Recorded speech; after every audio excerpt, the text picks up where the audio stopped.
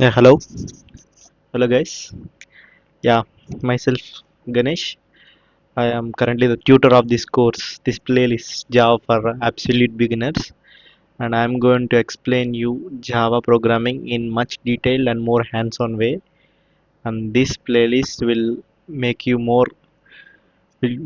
get more interesting about the Java programming.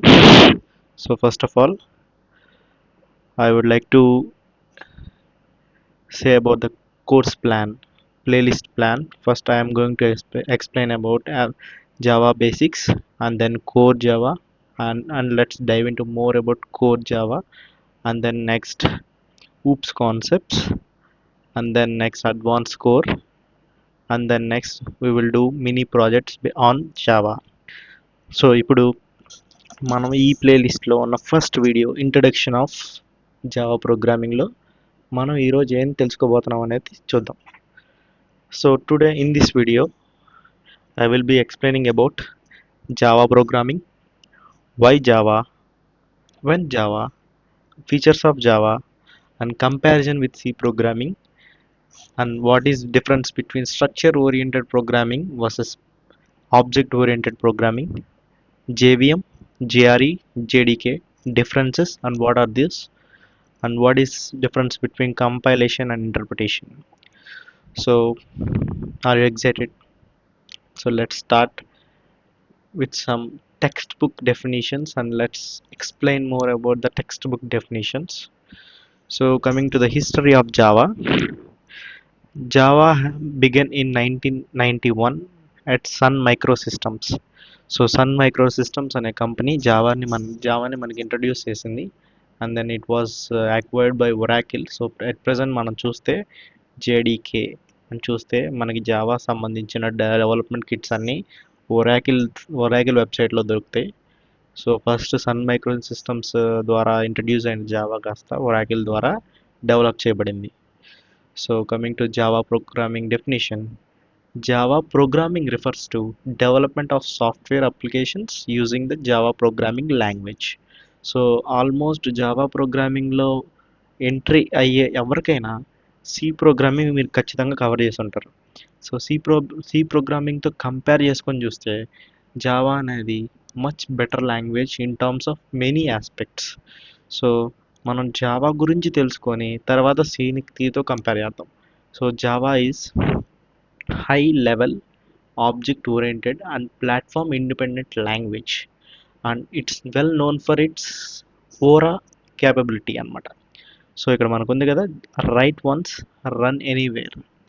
So మనం as మనం అనుకున్నట్టే సి ప్రోగ్రామింగ్ లాగే జావా ప్రోగ్రామింగ్ కూడా మనం మన యొక్క డైలీ యాక్టివిటీస్ని ఆటోమేట్ చేయడానికి వాడతాం. లైక్ రిపీటెడ్గా కొన్ని విషయాలను చేయటం, ఆర్ఎల్స్ క్యాలిక్యులేషన్స్ చేయటం, ఆపరేషన్స్ చేయటం, డేటా స్టోర్ చేయటం, డేటా రిట్రీవ్ చేయటం, ఇలాంటి థింగ్స్ అన్నీ మనం ప్రోగ్రామింగ్ యూస్ చేసి మనం అప్డేట్ అవసరం జరిగింది. సో అలాంటి ప్రోగ్రామింగ్లో కూడా డిఫరెంట్ ఫీచర్స్ యాడ్ అయితే ఇంకా మనకి బెటర్ అవుట్పుట్ కానీ ఫాస్ట్ ఎబిలిటీ కానీ ఉండదన్నప్పుడు మనం వేరే లాంగ్వేజ్ షిఫ్ట్ అవుతాం జనరల్గా. సో జావా ప్రోగ్రామింగ్ కూడా ఇప్పుడు ప్రస్తుతానికి it's one of the biggest used language in corporate sector. So మనం పైథాన్ కావచ్చు, ఇప్పుడు వచ్చిన లేటెస్ట్ పైథాన్ అయినా కావచ్చు, many of the world organisation built are in Java. Java అనేది such a stable programming language with lot of community support. Community support అంటే మనకి జావాకి సంబంధించిన ఏ ఇష్యూ వచ్చినా కూడా దాన్ని సాల్వ్ చేయడానికి many developers are ready. So మనం ఫీచర్స్ ఆఫ్ జావాకి మూవ్ అవుతాం ఫస్ట్. సో ఫీచర్స్ ఆఫ్ జావాకి సంబంధించిన ఫీచర్స్ అంటే మనం జావా ఎందుకు వాడాలి. ఫస్ట్ ఆఫ్ ఆల్ ఎవ్రీథింగ్ మనం నేర్చుకునే ప్రతిదానికి వై, వాట్ అనేది మనం తెలుసుకోవాలి. సో వై జావా అంటున్నారు, ఎందుకు జావా? సో ఫీచర్స్ ఆఫ్ జావాకి సంబంధించిన కొన్ని ఫీచర్స్ తెలుసుకుందాం. It's simple. బేసిక్గా జావా అనేది వెరీ సింపుల్గా అర్థం చేసుకోగలం. Second one object oriented. So this is the main thing. Object oriented మనం నేర్చుకున్న సి కావచ్చు, వేరే ఏ లాంగ్వేజ్ మనం ఇప్పుడు దాకా బేసిక్ లెవెల్‌లో నేర్చుకున్న సి లాంగ్వేజ్ మోస్ట్‌లీ అందరూ నేర్చుకున్న C language structure oriented language. మనకి జావా అనేది ఆబ్జెక్ట్ ఓరియెంటెడ్ లాంగ్వేజ్. అందుకే మనకి ఇక్కడ క్లాస్ అను కొన్ని కొన్ని ఊప్స్ కాన్సెప్ట్స్ ఇంట్రడ్యూస్ అవుతాయి. సో మనం నెక్స్ట్ సెషన్స్‌లో కావచ్చు లేదా ఈ సెషన్‌లోనే నెక్స్ట్ ఫ్యూ మినిట్స్‌లో మనం దాని గురించి ఇంకొంచెం డీటెయిల్‌గా తెలుసుకుందాం. So platform independent. So Java అనేది అన్ని ప్లాట్‌ఫామ్స్‌లో కోఆపరేట్ చేయబడే చేయబడే ప్రోగ్రామింగ్ లాంగ్వేజ్ అనమాట. మనకి జావాలో ఈ యొక్క ప్లాట్‌ఫామ్ ఇష్యూస్ రావు. అంటే like I am using Linux software to develop my Java program అనుకోండి. My client is using Windows software to execute his project. So నాది ఇక్కడ లినక్స్ కాబట్టి, ఇక్కడ విండోస్ కాబట్టి నాకు కొన్ని కొన్ని ఇష్యూస్ వస్తాయి. నేను డెవలప్ చేసిన ఆపరేటింగ్ సిస్టమ్ వేరు, నా క్లయింట్ యూజ్ చేసి ఎగ్జిక్యూట్ చేసే ఆపరేటింగ్ సిస్టమ్ వేరు కాబట్టి నాకు ఈ ఇష్యూస్ అనేది స్ట్రక్చర్ ఓరియెంటెడ్ లాంగ్వేజ్ లేదంటే సి లాంగ్వేజ్ యూజ్ చేసినప్పుడు మనకు వస్తుంది. వేరాస్ ఇక్కడ మనకి జావా యూజ్ చేసినప్పుడు ఈ ప్లాట్ఫామ్ ఇండిపెండెంట్ ఫీచర్ వల్ల మనకి ఇక్కడ వర్క్ అయ్యిందంటే ఇక్కడ కూడా వర్క్ అవుతుంది. So it's a secure language because of its community support and its built-in abilities. Robust. It's very reliable అనమాట. జావా యూస్ చేసి మనం ఏమైనా సాఫ్ట్వేర్ తయారు చేసాము కావచ్చు. అలాంటి మంచి మంచి ప్రోగ్రామింగ్ యూస్ చేసి జావా యూస్ చేసి మనం చేసుంటే అది ఎక్కువ ఫెయిల్ అవ్వదు. దాని ఫెయిల్యూర్ పర్సంటేజ్ చాలా తక్కువ. It's an interpreted language. Like మన కంపైలేషన్ గురించి ఎలా డిస్కస్ చేసుకున్నామో ఇంటర్ప్రిటేషన్ గురించి కూడా డిస్కస్ చేసుకుంటాం. మనం సి లాంగ్వేజ్లో కంపైలేషన్ చేస్తాం కదా, సో అదే concept interpretation. Multi threaded language. Architecture neutral అంటే వెరీ కాంప్లెక్స్ ఆర్కిటెక్చర్ ఉండదు. ఆర్కిటెక్చర్ ఆఫ్ జావా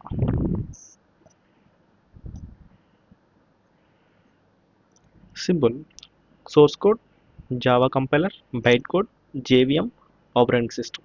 ఇంకా మనం ఇది ఇంట్రడక్షన్ వీడియోనే కాబట్టి మనం ఇంకొంచెం డీటెయిల్గా నెక్స్ట్ వీడియోకి వెళ్దాం. Multi threaded language, distributed language, dynamic, దీన్ని ఈ ఫీచర్స్ అన్నీ మీకు మెల్లమెల్లగా నెక్స్ట్ ఊప్స్ కాన్సెప్ట్ డీల్ చేసేటప్పుడు మనకు తెలుస్తుంది. So let's compare with C programming. మనం జనరల్గా సి ప్రోగ్రామ్ని టాప్ డౌన్ అప్రోచ్ అంటాం. అంటే ఇప్పుడు మనం ఒక సి ప్రోగ్రామింగ్లో ఒక సాఫ్ట్వేర్ తయారు చేస్తున్నాం. Like I'm coding a program, I'm coding a problem, I'm solving a problem అనుకోండి. ఆ ప్రాబ్లమ్ని మనం ఏం చేస్తామంటే లైక్ ఐఎమ్ డెవలపింగ్ సంథింగ్ అనుకున్నప్పుడు మనం ఏం చేస్తామంటే మనం చేయాలి అనుకున్న విషయాన్ని మాడ్యూల్స్లో డివైడ్ చేసుకొని దానికి మనం అంటే like we divide the work. మాడ్యూల్స్లో డివైడ్ చేసుకొని ఆ వర్క్ని మనం ఫంక్షన్స్కి ఇస్తూ ఉంటాం సి ప్రోగ్రామింగ్లో. లైక్ జావాలో ఎలా అంటే బాటమ్ టు టాప్ అప్రోచ్ అనమాట. మనం ఆ ఫంక్షన్స్ని క్రియేట్ చేసుకొని ఆ ఫంక్షన్స్ అన్నీ కలిపి మనం సాఫ్ట్వేర్ తయారు చేస్తాం అనమాట. టాప్ డౌన్ అప్రోచ్ అంటే మనం ఆ ప్రాబ్లమ్ని డిఫరెంట్ మాడ్యూల్స్లో డివైడ్ చేసుకొని సాల్వ్ చేస్తాం. Like bottom to top approach అంటే మనం ఆ ఫంక్షన్స్ ముందే క్రియేట్ చేసుకొని ఆ ఫంక్షన్స్ యూజ్ చేసుకొని ప్రాబ్లమ్ సాల్వ్ చేస్తాం. లైక్ ఇప్పుడు మన సి ప్రోగ్రామింగ్కి జావా ప్రోగ్రామింగ్కి డిఫరెన్స్ చూస్తే సి ప్రోగ్రామ్ అనేది ఒక స్ట్రక్చర్డ్ ఓరియంటెడ్ లాంగ్వేజ్ అనమాట. స్ట్రక్చర్ ఓరియంటెడ్ లాంగ్వేజ్ అంటే అది కంపైలేషన్ జరుగుతుంది. So by the by definition మనం చూస్తే object oriented language and subject oriented language are two different programming paradigms who focuses on objects and their interactions while SOP emphasizes functions and procedures అనమాట. Like మనకి C programming first తయారు చేయబడింది కాబట్టి C ప్రోగ్రామింగ్లో మనం ఏ function రాస్తున్నాం, ఆ function ఎలా పనిచేస్తుంది అన్న దాని మీద ఎక్కువ ఫోకస్ చేస్తుంటాం. అండ్ ఇంకోటి ఏంటంటే దాంట్లో మనం రీయూజబిలిటీ, వాడిందే మళ్ళీ వాడాలనుకున్న కొన్ని ఫీచర్స్, డేటాకి సంబంధించిన సెక్యూరిటీ ఫీచర్స్ యాడ్ చేయాలనుకున్నా, అంటే మన డేటా కూడా ఇంపార్టెంటే కదా, data privacy important, data manipulation important కదా, ఇవన్నీ మనం స్ట్రక్చర్ ఓరియంటెడ్ లాంగ్వేజ్లో చూడలేం.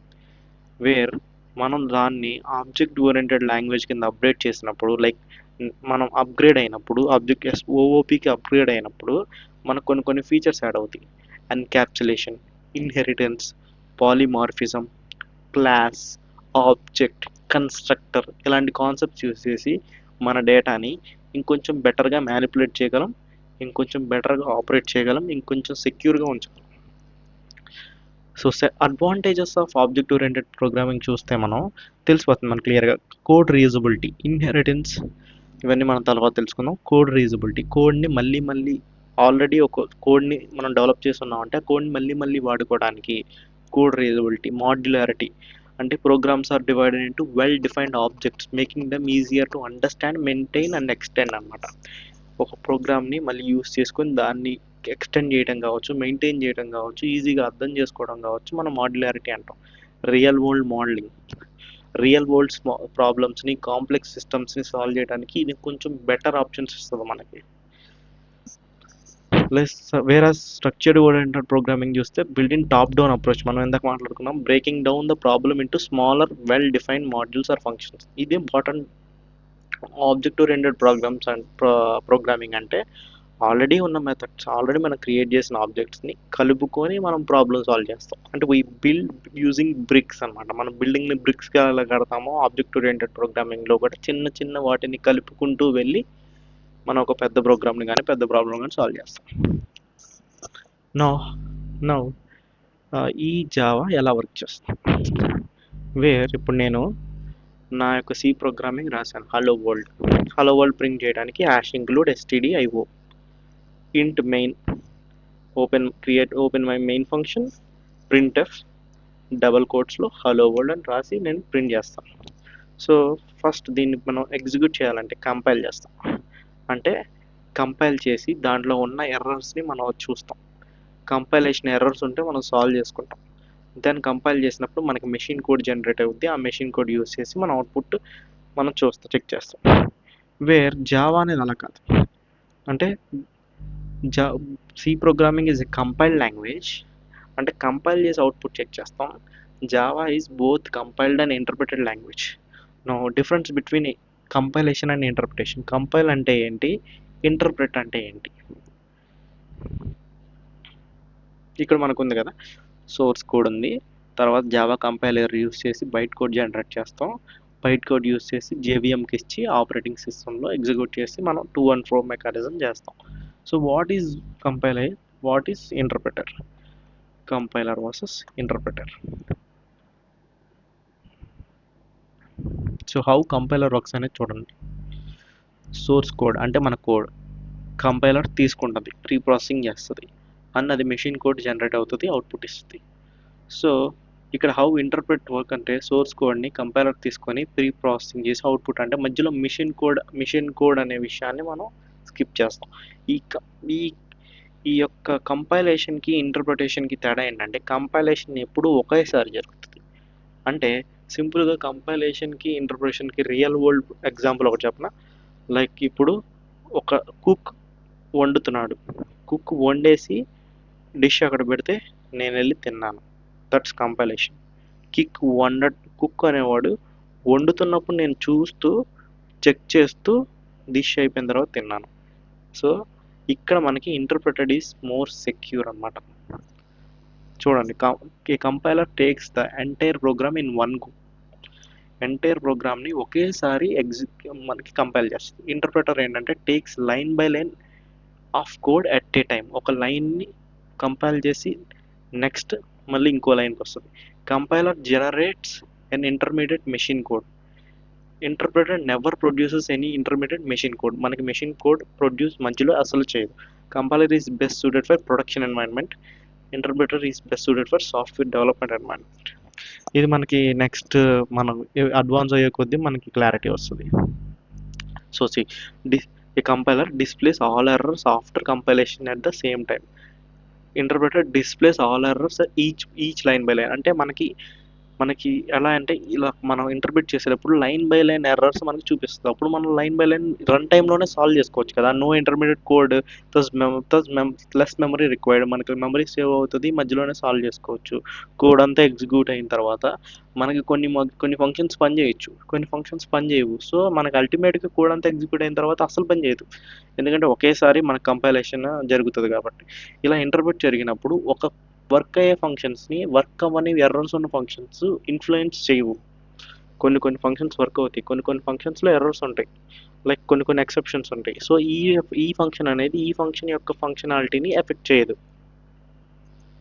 So this is difference between compiler and interpreter. Now coming to Java. What is Java? What does Java do? So Java is both compiled and interpreted language. అంటే ఏంటి? Source code మన code రాస్తాం, code కాస్త compile చేస్తాం, compile చేసిన తర్వాత after successful compilation we will get a bytecode. Now that bytecode is platform independent అనమాట.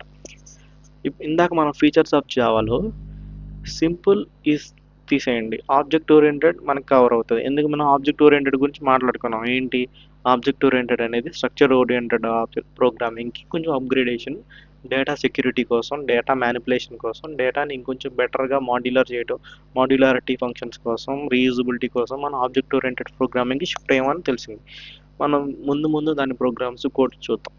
Coming to third point, platform independent. Platform independent ఎలా అయింది?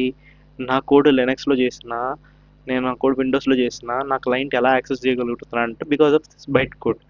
అంటే ఆఫ్టర్ సక్సెస్ఫుల్ కంపైలేషన్ నాకు ఎక్కడైతే బైట్ కోడ్ జనరేట్ అయిందో ఆ బైట్ కోడ్ అనేది నేను ఏ మెషిన్లో ఇచ్చినా కూడా నాకు అది అవుట్పుట్ ఇస్తుంది.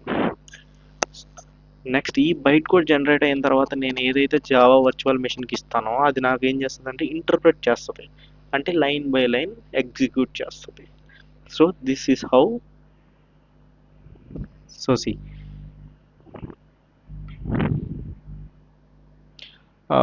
మీకు కొంచెం క్లారిటీగా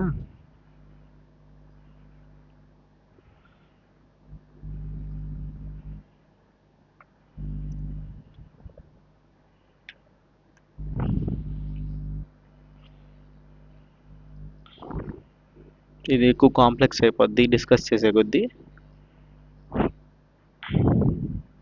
so you remember like this.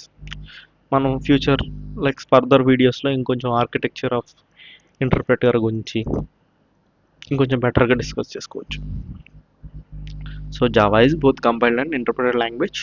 First Java అనే కోడ్ మనకి ఉన్నప్పుడు అది మనం కంపైల్ చేస్తాం, మనకి బైట్ కోడ్ జనరేట్ అవుద్ది, ఆ బైట్ కోడ్ యూస్ చేసి ఇంటర్ప్రెట్ చేసి లైన్ బై లైన్ ఎగ్జిక్యూట్ అవుద్ది, అప్పుడు మనకు అవుట్పుట్ డిస్ప్లే అవుద్ది. సో ఈ బైట్ కోడ్ అనేది ఏ మిషన్లో అయినా platform independent. So we have covered 3 features. Simple is nothing, సింపుల్గా ఉంటుందని చెప్పి ప్రతి ప్రోగ్రామింగ్ లాంగ్వేజ్ అంతే చెప్తారు. సో ఆబ్జెక్ట్ ఓరియంటెడ్ ప్రోగ్రామింగ్ గురించి మనం తెలుసుకున్నాం. స్ట్రక్చర్ ఓరియంటెడ్ ప్రోగ్రామింగ్కి ఆబ్జెక్ట్ ఓరియంటెడ్ ప్రోగ్రామింగ్కి డిఫరెంట్ విత్ కోడ్స్ ద్వారా మనం నెక్స్ట్ అంటే లైక్ మనం ఒక ఓవర్వ్యూ తెచ్చుకున్నాం. What is object oriented programming అంటే ఆబ్జెక్ట్ స్పేస్లో క్లాస్ అవన్నీ యూస్ చేసి మనం చేస్తాం. సో ఇంకొంచెం ఫర్దర్గా మనం బెటర్గా నెక్స్ట్ వీడియోస్లో కావచ్చు మన కోడ్స్ కోడింగ్ చేసేవచ్చు కావచ్చు అని తెలుసుకోవచ్చు. ప్లాట్ఫామ్ ఇండిపెండెంట్ ఎలా అయిందంటే ఇలా అయింది. సో ఇందాక మనం చూసిన టర్మ్ ప్రకారం what is Java virtual machine. So Java virtual machine అంటే ఏంటి? సో జావా మనకి వర్క్ అవ్వాలి కదా. సో మనం ఎలా చూసుకున్నా కూడా Java is software. Software need some built in packages, some dependencies. కాబట్టి మనకి జేవిఎం, జిఆర్ఈ, జేడీకే అని కొన్ని ఉంటాయి. So this is the details about JDK అంటే జావా డెవలప్మెంట్ కిట్, జిఆర్ఈ అంటే Java run time environment, JVM అంటే జావా వర్చువల్ మెషిన్. సో ఒక byte code generate అయిన తర్వాత లేదంటే కంపైలేషన్ కావచ్చు, కంపైలేషన్ తర్వాత బైట్ కోడ్ నుండి మనకి అవుట్పుట్ రావాలన్నా కావచ్చు, మనకి చేసేది ఏంటంటే Java virtual machine. Java virtual మెషిన్లో మనకి ఏమేమి ఉంటాయి? Java interpreter, JIT just in compiler అంటాం మనం, గార్బేజ్ కలెక్టర్. సో వీటి గురించి మనం ఫర్దర్ వీడియోస్లో తెలుసుకుందాం. సో జావా వర్చువల్ మెషిన్ అనేది మనకి ఏం చేస్తుందంటే ఈ పిక్చర్ చూడండి. లైక్ జావా వర్చువల్ మెషిన్ అనేది మనకి ఇంటర్ప్రెట్ చేయడానికి, ఈ యొక్క బైట్ కోడ్ని మనం అవుట్పుట్లో జనరేట్ చేయడానికి, ఆపరేటింగ్ సిస్టమ్తో కమ్యూనికేట్ చేయడానికి యూస్ చేస్తాం. సో జావా వర్చువల్ మెషిన్ తర్వాత మనకు ఆ జావా ఒక ప్రోగ్రామ్ రన్ అవ్వాలంటే మనకి రన్ టైమ్ ఎన్వైరన్మెంట్ కావాలంటే ఆ రన్ అవ్వడానికి కావాల్సిన ప్యాకేజెస్ కావచ్చు, లైబ్రరీస్ కావచ్చు, అన్ని అదర్ ఫైల్స్ కొన్ని ఫైల్స్ కావచ్చు, అన్నీ కావాలి. So Java virtual machine is a part of Java run time environment. Java run అవడానికి కావాల్సింది run time environment. Java run time ఎన్వైరన్మెంట్లో one of the Java virtual machine. So ఈ మనకి Java run time environment run చేసేవాడికి కావాలి. So develop చేసేవాడికి ఏం కావాలి, జేడీకే కావాలి. అంటే రన్ చేయడానికి కొన్ని చాలు, డెవలప్ చేయడానికి ఇంకొన్ని కావాలి. So Java development kit has కొన్ని డెవలప్మెంట్ టూల్స్ ఉంటాయి. జావా సి, జావా, ఇవన్నీ జావా తయారు చేసేవాడికి, జావా ప్రోగ్రామ్ రాసేవాడికి కావాలి. సో జావా డెవలప్మెంట్ కిట్లో మనకి JVM, JRE, some other tools ఉంటాయి. సో జేఆర్ఈలో మనకి జేవిఎం అండ్ సమ్ లైబ్రరీస్ ఉంటాయి. So Java virtual machine is the heart of Java. So మనం డెఫినేషన్స్లో చూసుకుంటే, Java Virtual Machine was an abstract machine that provides a runtime environment for executing Java bytecode. మనకి ఇందాక Java byte code ఎక్కడైతే compile చేసిన తర్వాత generate అయిందో దాన్ని execute చేయడం కోసం మనకి జావా వర్చువల్ మెషిన్ కావాలి. It is the core of Java platform responsible for loading, verifying and executing Java programmes అనమాట. సో జావా రన్ టైమ్ ఎన్వైరన్మెంట్కి వస్తే, Java run time environment is a software package that contains JVM, Java class libraries and other supporting files necessary to run Java application. Java run చేయడానికి కావాలి, Java run చేయడానికి ఇంకొన్ని extra కావాలి. So that run time environment, ఆ ఎన్వైరన్మెంట్ని create చేయడం కోసం మనకి Java JRE ఉంది. సో ఇంకా కోడ్ చేసేవాడు ఇంకొన్ని కావాలి కదా, డెవలప్మెంట్ టూల్స్, ప్యాకేజెస్, అలా ఇంకొన్ని కావాలి. కాబట్టి ఆ ప్యాకేజ్ మొత్తాన్ని కలిపి జావా డెవలప్మెంట్ కిట్ అంటాం. సో మనం జనరల్గా మనం ప్రోగ్రామింగ్ నేర్చుకుంటాం కాబట్టి జేడీకేనే డౌన్లోడ్ చేసుకుంటాం ఒరాకిల్ వెబ్సైట్ నుండి. సో మనం ఈరోజు జావా ప్రోగ్రామింగ్ అంటే ఏంటి, అది ఎవరు చేశారు, అది ఎవరు కనిపెట్టారు, ప్రస్తుతం ఎవరి దగ్గర, ఎవరు ఓనర్ యాక్వైర్ చేశారు, జావా ఎందుకు నేర్చుకుంటున్నాం, Java features of Java, comparison with C programming, structure oriented programming అంటే ఏంటి, ఆబ్జెక్ట్ ఓరియంటెడ్ ప్రోగ్రామింగ్ అంటే ఏంటి, జేవిఎం అంటే ఏంటి, జేఆర్ఈ అంటే, జేడీకే అంటే ఏంటి, కంపైలేషన్ అంటే ఏంటి, ఇంటర్ప్రిటేషన్ ఏంటి అనేది ఒక ఓవర్ వ్యూ తీసుకున్నాం. ఇంట్రడక్షన్ ఆఫ్ జావా కంప్లీట్ చేసాం. సో ఫర్దర్ వీడియోస్లో ఈ యొక్క ప్రతి ఒక్క కాన్సెప్ట్ మీద సపరేట్ వీడియో చేసి మనం ఇంకొంచెం ఎలాబరేట్గా, ఇన్ డెప్త్గా నేర్చుకుందాం. నేర్చుకున్న తర్వాత then we can move on to the hands on part of this Java programming. So hope you all like this video. Any doubts you can comment on this video. Thank you for bearing me.